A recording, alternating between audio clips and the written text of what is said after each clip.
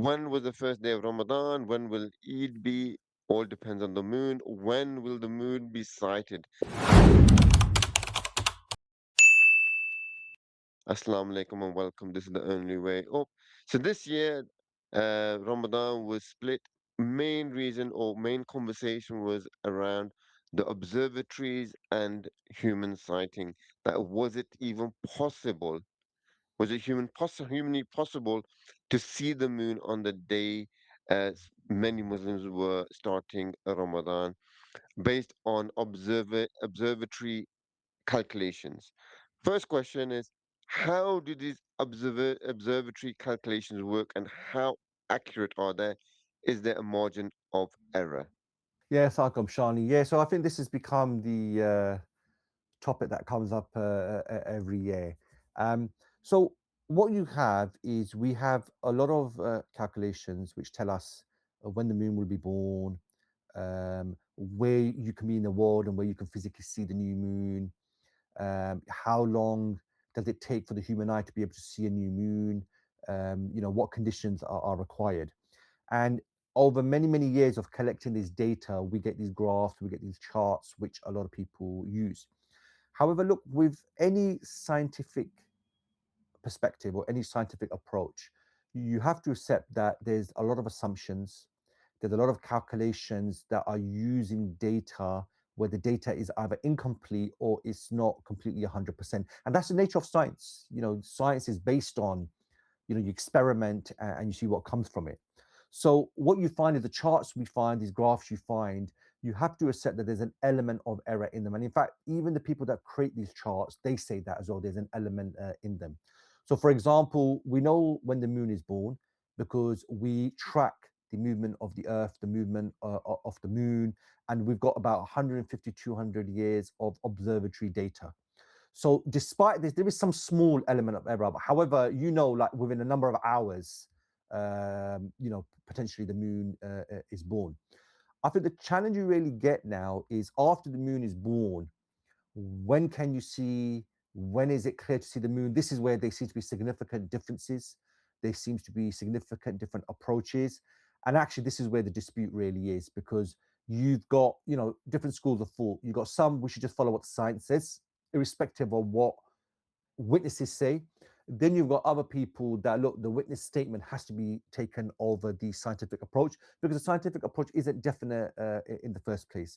There's actually numerous examples of experiments that prove something, and then the same methodology proves the findings from the original finding wrong, and it came with new findings, and this continues. That is the nature of science. I think a lot of people are taking science to be 100% definite. That's not how science works. That's how, that's not really the approach. And I think we have to throw in a couple other things that, this discussion isn't really just science versus observation. What you've got here is now there's other things. There's, nationalism, national borders, nation states. I'm here, you're over there. Why should I be listening to your findings? So this, I feel, complicates the discussion that we're having as well. But at a very basic level, we've got these scientific findings. These, we can use as a tool. We can use it to focus where we can likely see the moon. However, there definitely is a dispute here because it's one versus science versus the observation or the witness observation. So how do you square the circle of tech, data, scientific method, and universal laws? Because it's all been lumped into one basket called science.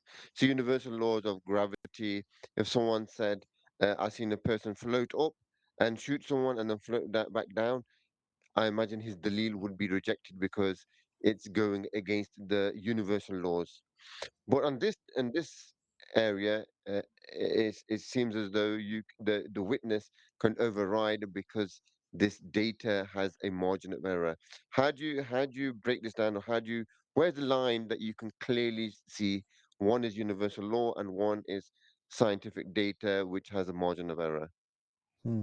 So this isn't really a new discussion. This isn't really a discussion that we've got scientific method or a whole discipline today, so that changes things.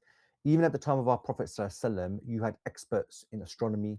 They used to be able to work out locations based on the stars. They had their own science of the day. This was a conversation that happened at the time as well. So the first thing, this isn't really a discussion about universal laws. Universal laws, you can't walk on water. There's no oxygen in space, so if you go up there, you die.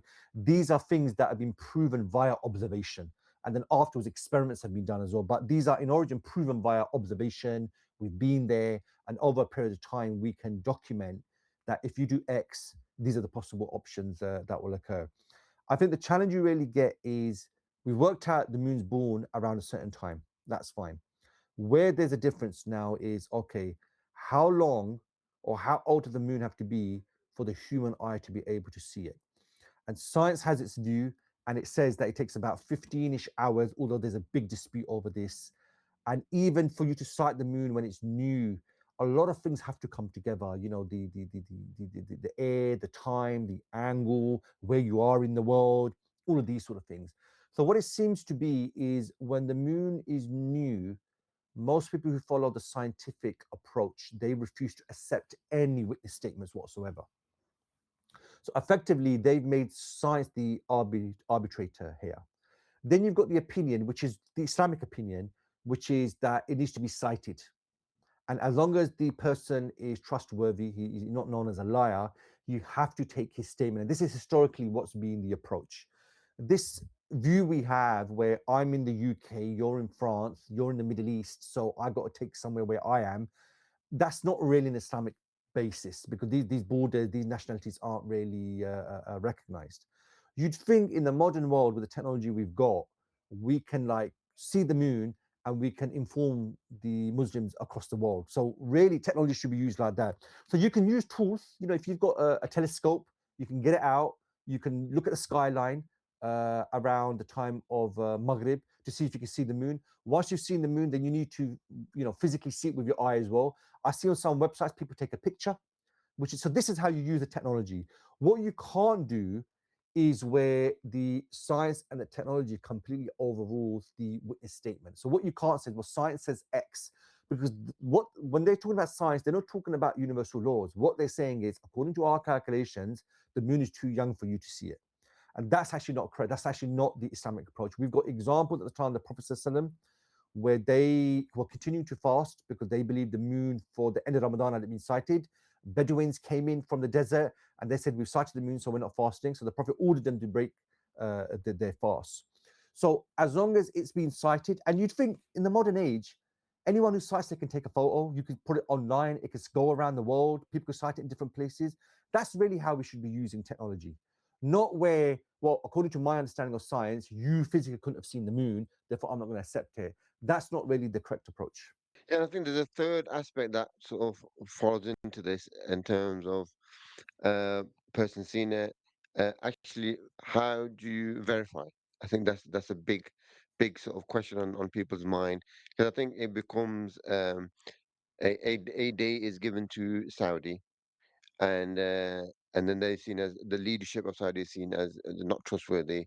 We can't verify. We don't trust them, so we're not going with that. But it may be that many other people have seen it on that same day. But then, how do you verify? How does if someone seen it in Pakistan, in Bangladesh? How does the Ummah in the West verify? Someone seen it in Britain. How does someone in France verify? And I think that has come about because of this world that we're living in, that you can't trust anyone. You can't trust anyone unless you know them 100%. You can't trust them. And how do you verify? And I think there is some validity to that. But until there isn't a khilafah, a unification, a unified process to verify, until that happens, it will be an issue of trusting the ummah. We give our Yeah, yeah, sadaqah. yeah. I, Uh, I, I we do, appreciate that. I mean, we've got to keep in mind, look, Islamically, the approach is you take the testimony of an upright Muslim. As long as it's come from a Muslim, you take it until and unless it's proven otherwise. We seem to be doing the other way around, where the person who's seen it, he's guilty until I can confirm he's innocent and he's a trustworthy guy. What you're required by Islam, if a Muslim has cited it, you can do your Eid or you can start your Ramadan. even if later on it's proven to be incorrect, you still follow the correct Islamic method on this issue. What people seem to be doing is until I'm not 100%, I'm not going to do it. That's actually not the approach. If a Muslim said he saw it, you can start your Ramadan. You follow the Islamic approach to this issue. You are not sinful, even if later on it proves it wasn't correct. And I think that's really the issue here. What people are doing is, well, unless you're never going to know the authorities who cite them. And I accept Saudi has been a bit fishy in the past, but it's very rare we get a sighting which is purely in Saudi Arabia on its own. Even this Ramadan, there were sightings in other Middle East countries as well. So you're not talking about one sighting in Saudi only. Remember also, this isn't, we're not in court where the witnesses' trustworthiness has to be proven. This is not like that. As long as Bedouins came in from the desert, the Prophet didn't know them. Prophet ﷺ, they were just Bedouins. They were Muslim and they accepted it. Yeah. So unless you have evidence otherwise, you can take the statement. That is the Islamic approach. You are not sinful. In fact, you're rewarded. So the bar is actually quite low. The bar is not very high. We're not in court where you got to prove beyond reasonable doubt of someone's trustworthiness. And as I mentioned, even if later on it proves this person misunderstood or it was incorrect, you still follow the correct approach at the time, which was the person was a Muslim, so you took them as trustworthy. It's perfectly fine to do that. Nothing wrong with that. Jazakallah khair for your thoughts on that. It's very interesting. I'm sure we'll have this discussion again in the future. And I think everyone's well-intentioned, well-meaning in this. Everyone wants to see Ramadan and Eid on the same day. So hopefully this is a discussion, and we'd love to hear your thoughts, your questions, your comments. Please leave them below, and remember to like, share, and subscribe. Assalamu alaikum wa rahmatullahi wa barakatuh.